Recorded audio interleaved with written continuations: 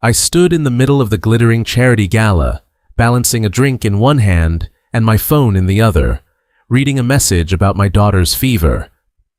That's when I heard her laugh, my ex-wife, confident, expensive, mocking, still pretending to belong here. She whispered. Before I could answer, a familiar arm slid around my waist.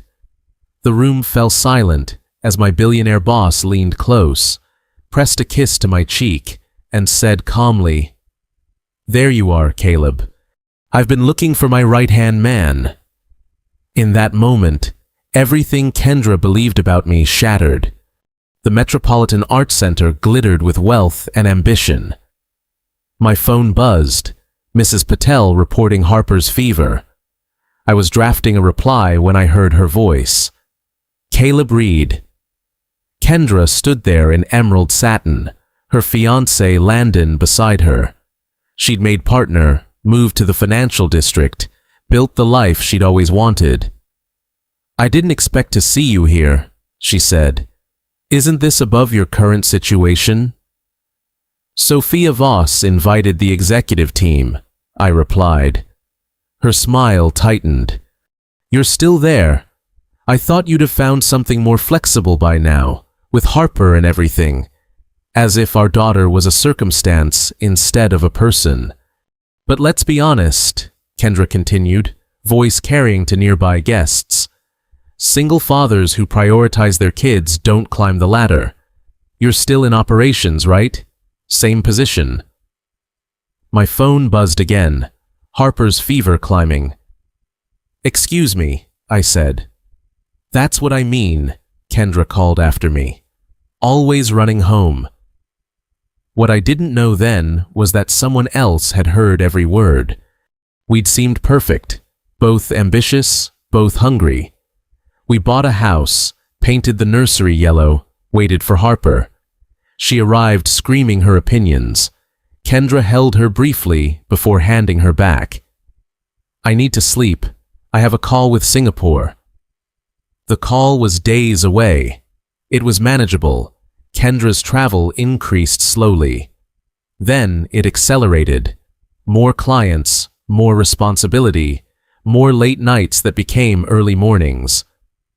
"You knew what you signed up for," she'd say. "I told you I wanted partner. We have a daughter. You have a daughter. I have a career." I found out on a Wednesday. Harper was a toddler. Kendra said she'd be home early. When she wasn't, I called her office. "Kendra left hours ago. She had dinner plans." I drove to the restaurant with Harper asleep in her car seat, found Kendra at a corner table with Landon, her hand on his, laughing the way she used to laugh with me. We talked in the parking lot. "How long?" I asked. "Months." "And before you make this about morality, when was the last time we had a conversation that wasn't about diapers? When was the last time you asked about anything else?" "Because there isn't anything else, Kendra. You turned into a father and forgot to stay a person." The divorce was quick. She didn't contest custody, paid support like clockwork, like a bill on autopay. The day the papers finalized, she met me at a coffee shop. "You're going to struggle. Single fathers don't get the same support. Your career will stall. You should think about what that means for Harper's future." "Her future will be fine. Her future will be limited by your choices. You're a good father, Caleb. But that's all you're going to be. And one day, Harper's going to resent you for it." That sentence lived in my head like a squatter. I couldn't evict. Our apartment was small. 2 bedrooms, 1 bathroom, a kitchen where you couldn't open the fridge and oven simultaneously. But it was ours. Mornings started with Harper's internal clock. "Pancakes," she'd whisper at my bedside. "Saturday means pancakes."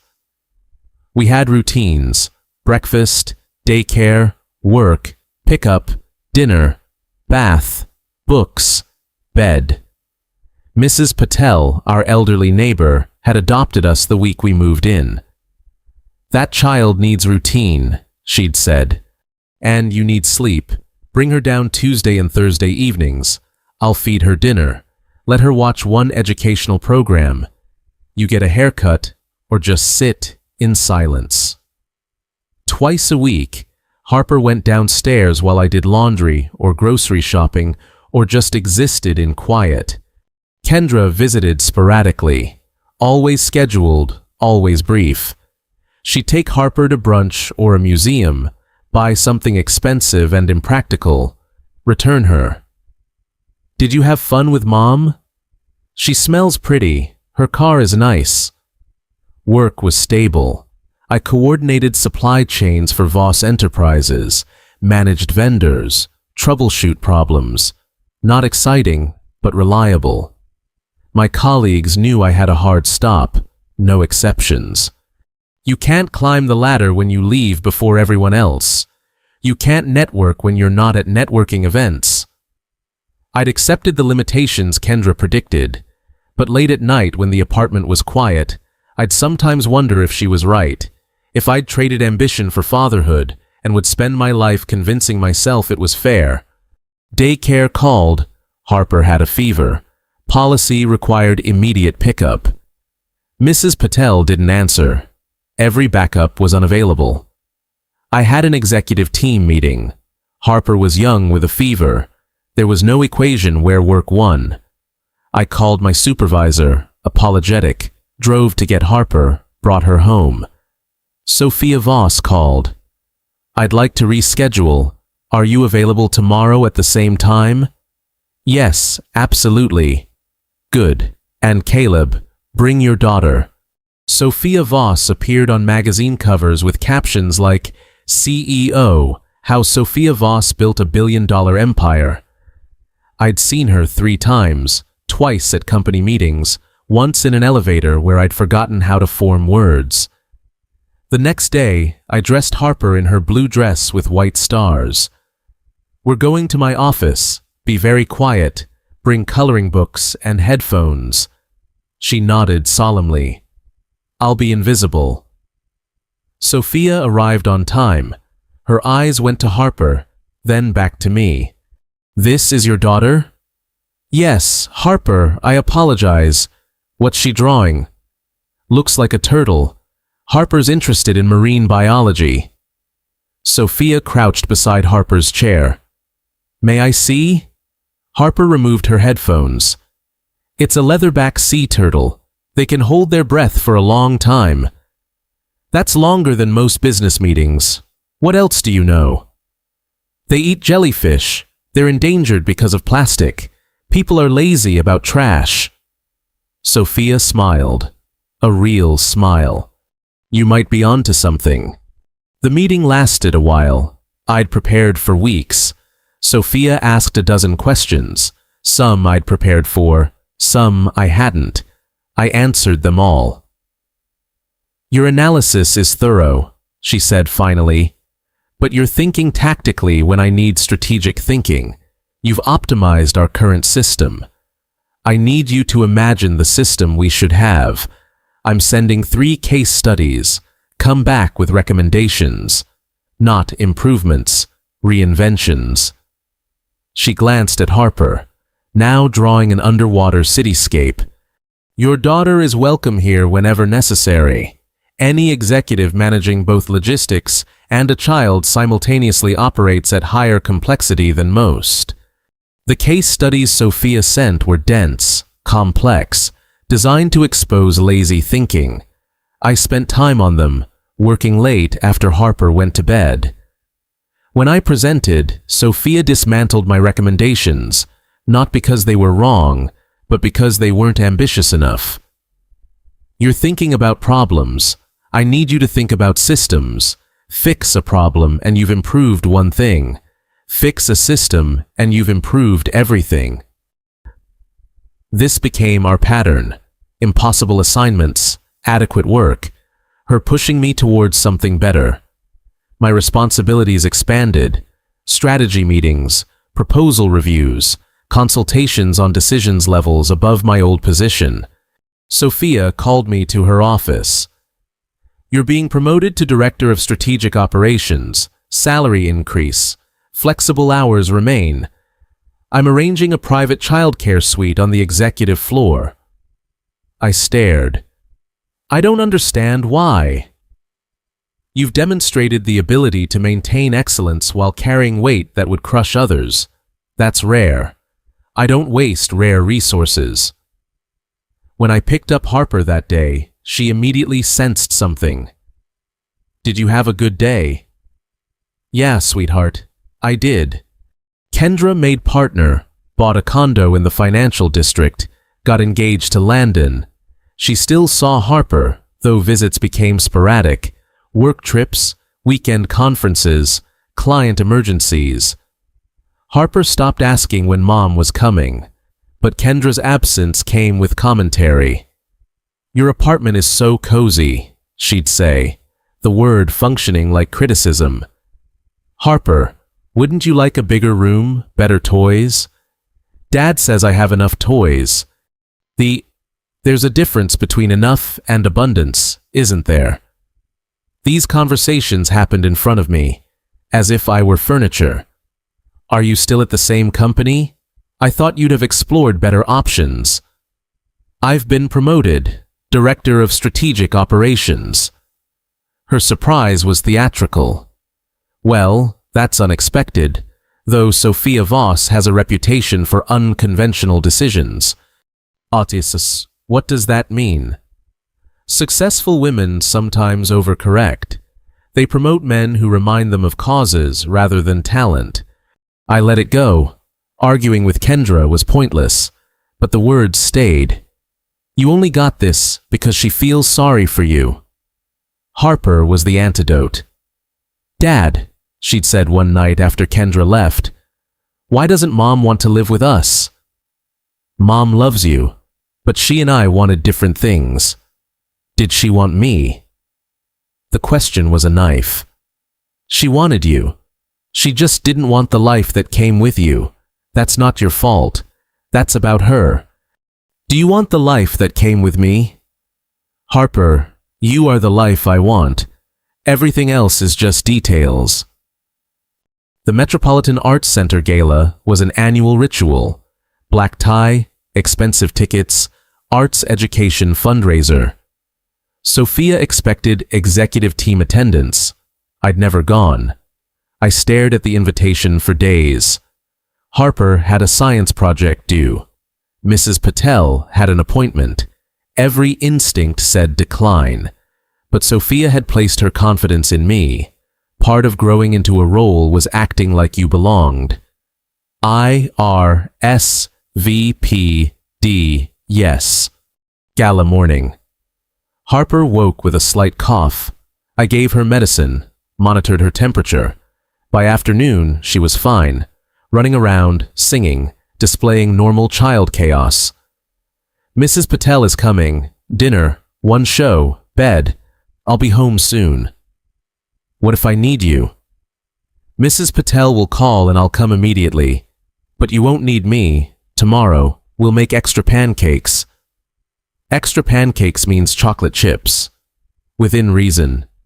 Deal. I arrived, marble and gold leaf and people assembled by stylists. I checked my phone. Mrs. Patel, all good, watching dolphins. That's when I heard her laugh. Kendra materialized from the crowd like a figure from a Renaissance painting, all calculated beauty and expensive polish. Landon was beside her, looking uncomfortable in his tuxedo, as if he knew he was part of a performance he hadn't fully rehearsed. Caleb Reed, Kendra said, approaching with the confidence of someone who'd never questioned their right to any space they occupied. I didn't expect to see you here. Her emphasis on you was subtle, but unmistakable. Sophia invited the executive team, I replied. How generous of her. Kendra's smile was glass, though I have to wonder if she understands the difference between actual executives and support staff. Landon shifted. Kendra, I'm kidding. Caleb knows I'm kidding. We were married. We can joke. She leaned closer, voice dropping to that intimate register that wasn't intimate at all. Though honestly, I am surprised. These events are expensive and time-consuming. Surely you'd rather be home with Harper? My phone buzzed. I glanced down. Mrs. Patel. Temperature high. She's asking for you. Everything all right? Kendra asked, though her tone suggested she already knew it wasn't. Harper has a fever. Oh no. Her concern was perfectly performed. Well, you should probably go then. I mean, that's the thing about being a single parent. You can't really participate fully in professional life, can you? There's always something pulling you away. She said it loud enough for the nearby guests to hear. A woman in sapphires glanced over. A man in an impeccable suit paused his conversation. It's not a criticism, Kendra continued. It's just reality. You've made certain choices, and those choices have consequences. You can't be at a gala when you should be home with a sick child. You can't advance in your career when you're always choosing between work and parenting. It's admirable that you're trying, but let's be honest, you're always going to be limited by circumstances. Landon touched her arm. Maybe we should... I'm not being cruel, Kendra said. I'm being honest. Someone needs to tell Caleb the truth. He's a wonderful father, truly. But wonderful fathers who prioritize their children over their careers don't end up at events like this. They end up well where they're supposed to be. She smiled, satisfied with her own wisdom. I opened my mouth to respond, though I wasn't sure what I'd say.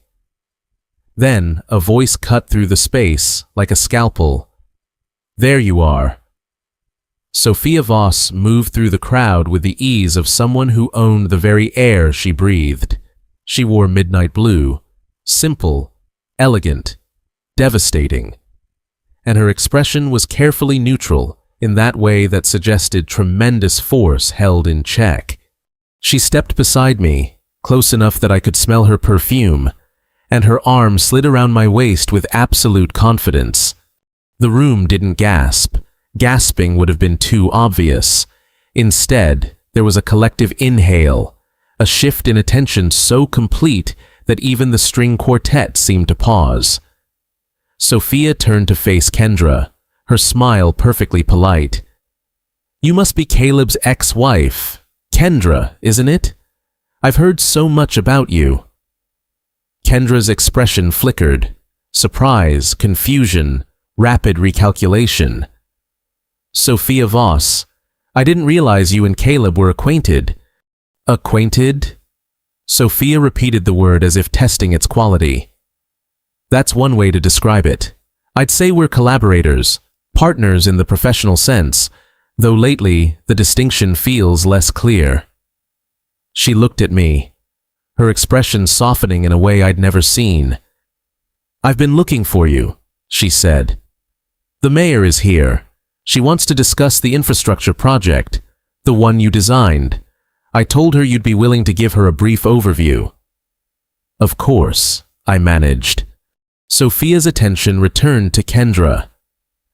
I apologize for interrupting. You were saying something about Caleb's limitations. I was just... because I feel I should correct the record. Sophia's voice remained pleasant, but something underneath it had teeth. Caleb isn't support staff, as you so kindly phrased it. He's the architect of our entire East Coast logistics network. He's the reason we were able to expand into new markets without a single supply chain failure. He's the person I consult when making strategic decisions about operational efficiency. She paused, letting that information settle. And as for his inability to participate fully in professional life, he presented to our board of directors. They were so impressed with his work that some of them have tried to recruit him to other companies. I've had to increase his compensation just to keep him. Kendra's face had gone very still. But you're right about one thing, Sophia continued. He does make choices. He chooses to be present for his daughter. He chooses to honor his commitments. He chooses integrity over convenience. And those choices don't make him limited. They make him exactly the kind of person I want leading initiatives at my company. She turned back to me, and her hand touched my cheek, brief, gentle, devastatingly public. The mayor is waiting, shall we?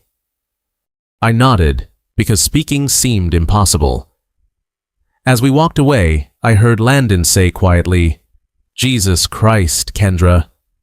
I heard Kendra say nothing at all. Sophia guided me to a quieter corner, away from the crowd. "I'm sorry," I said. "That was necessary. Your ex-wife was making assumptions. I corrected them." "You didn't have to." "Yes, I did. I don't tolerate people diminishing my team, especially you." My phone buzzed. Mrs. Patel, fever, higher. Sophia glanced at my screen. "Go home, Caleb. The mayor can wait. Your daughter needs you. That's not negotiable." "I don't want you to think." "I know exactly what to think. I know you're reliable and dedicated. The fact that you're showing up for your daughter doesn't diminish that. It reinforces it." She paused, something vulnerable crossing her expression. "Do you want to know why I really created that childcare suite? Because I wished someone had done it for me. When my father was ill, I managed this company while coordinating his care. I'd be in board meetings while texting his nurse. Everyone told me to step back, to choose." She paused. I refused to choose. And the people who said I had to were the same people who'd never had to make that choice themselves. You're not being promoted out of pity. You've demonstrated the ability to maintain excellence while carrying weight that would crush others. That's rare. I don't waste rare resources. Thank you.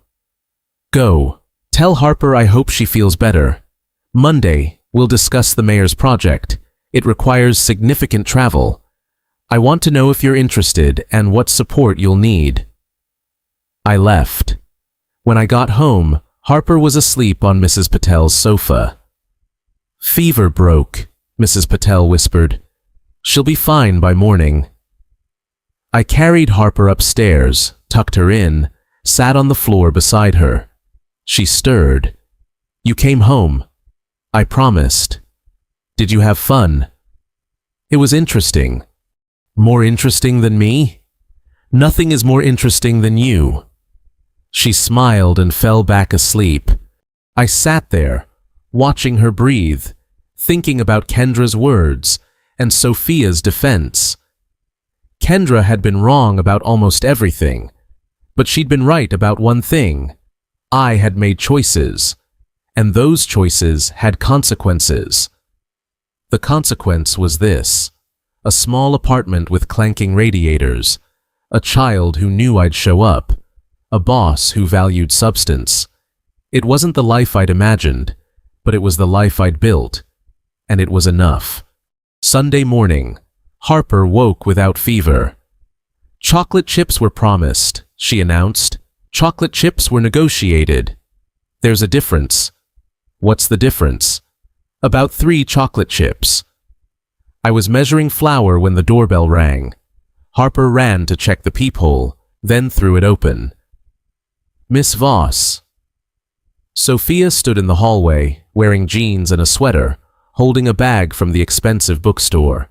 She looked younger, less armored, almost uncertain. "I hope I'm not intruding. I brought Harper books about marine biology." Harper took the bag and dumped its contents. "Octopuses, Dad?" She brought octopuses. "Would you like to come in?" I asked. She hesitated. "If it's not an imposition." "We're making pancakes. There's plenty." Harper looked up from her books. "Do you like chocolate chips in pancakes?" "I don't think I've ever had them in pancakes," Sophia admitted with genuine surprise. Harper's expression suggested this was a grave and unforgivable oversight. "You should stay. Dad makes good pancakes." "High praise," Sophia murmured softly, meeting my eyes with an uncertain smile.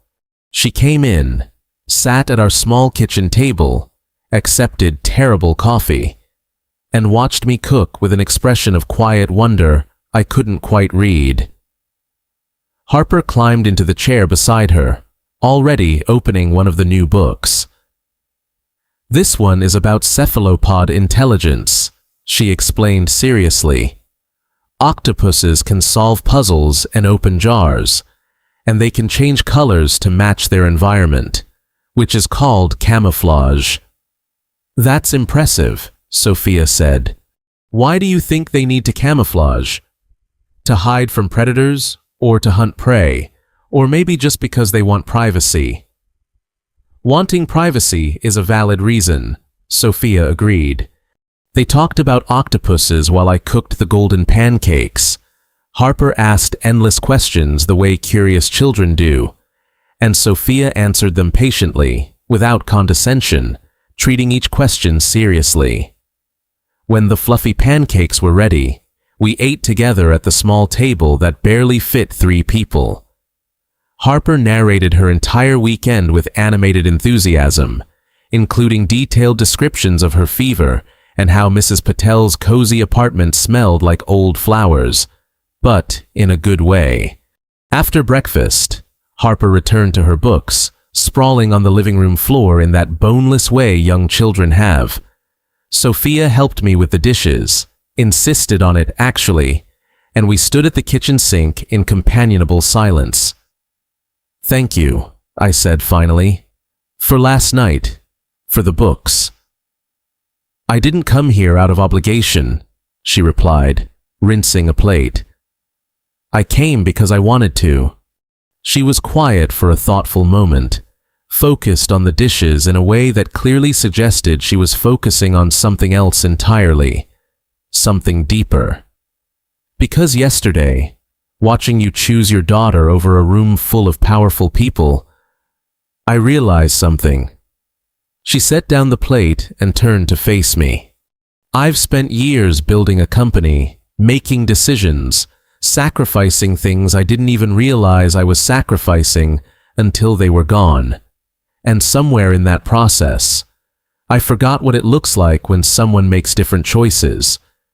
I don't understand. You didn't hesitate, Caleb. Your daughter needed you, and you left immediately, without delay, no calculation, no weighing of professional costs. You just went. And I've been thinking about that all night, wondering what my life would look like if I'd ever felt that kind of certainty about anything outside of work." She looked toward the living room where Harper was making sound effects for her octopus book. "I'm not good at this," Sophia continued. "At being a real person outside of being a CEO. I don't have children. I don't have close friends. I have colleagues and employees and a schedule that runs in increments, and I'm successful, objectively, measurably successful. But yesterday, watching you walk out of that gala, I felt something I haven't felt in years." "What?" "Envy." The word hung between us like a confession. I dried my hands on a towel, choosing my next words carefully. "You gave me the ability to make that choice," I said. "The flexible hours, the childcare suite, the promotion that gave me financial security. I couldn't have walked out last night if you hadn't built an environment that made it possible." "Maybe," she said. "Or maybe I built that environment because I needed to know it was possible, even if it wasn't possible for me." Harper appeared in the doorway, holding an octopus book. "Miss Voss, do you want to see my room? I have a poster of the solar system, and Dad says we can add glow-in-the-dark stars." Sophia looked at me, asking permission. "Go ahead," I said. "Fair warning, she'll give you a complete tour, including commentary on everything she owns." They disappeared down the hallway, Harper's voice drifting back. "This is the bathroom. We have a shower and a bath, but I only use the bath because showers are too loud." I leaned against the counter, listening to their conversation, and thought about the strange mathematics of connection, how sometimes the people who seem furthest apart are actually traveling parallel paths, just at different speeds. When Sophia emerged, looking slightly overwhelmed, she said, "She has a lot of thoughts about dinosaurs. She has a lot of thoughts about everything. I should go. Let you have your Sunday." "You're welcome to stay," I said, surprising myself. We usually go to the park after breakfast. Harper likes to feed the ducks, even though we're technically not supposed to. "I wouldn't want to intrude on your routine." "You're not intruding." We looked at each other for a long moment, and something unspoken moved between us. Not attraction exactly, or at least not only attraction, recognition maybe, the sense of meeting someone who understood the weight of choices you'd made. "Dad," Harper called from her room. "Can Miss Voss come to the park?" Sophia smiled. "I suppose that settles it." We went to the park. Harper fed ducks with unauthorized bread, narrated the social dynamics of the duck community, and convinced Sophia to go down the slide exactly once. "You have to. It's part of the experience." Later, as we walked back to the apartment, Harper between us, Sophia said quietly, "I don't know what this is, but I'd like to find out. This, you, Harper. Sunday mornings that don't involve quarterly reports, the possibility of something that doesn't fit into increments." I thought about Kendra's predictions, about the limitations I'd accepted, about the life I'd built in the spaces other people dismissed. "It's messy," I warned. "Kids get sick, plans change. Sometimes the most important thing is making pancakes." "I'm good at learning," Sophia said, "and I'm interested in messy." Harper looked up at both of us, sensing something significant, but not quite understanding it. "Are you going to be my friend?" she asked Sophia. "I'd like to be," Sophia replied. "Okay, but you have to learn about marine biology. That's the rule." "That seems fair." We reached our building. Sophia said goodbye at the entrance, promising to see us Monday. As we climbed the stairs to our apartment, Harper was already planning. "Next time Miss Voss comes, we should make waffles. Waffles are fancier than pancakes." "Noted," I said. "And we should teach her about jellyfish. She probably doesn't know they've been around for millions of years." "Probably not." "Dad." She stopped on the landing, looking up at me with those serious eyes that saw more than a child should. "I like her." "Me too, sweetheart." "Is Mom going to be sad?"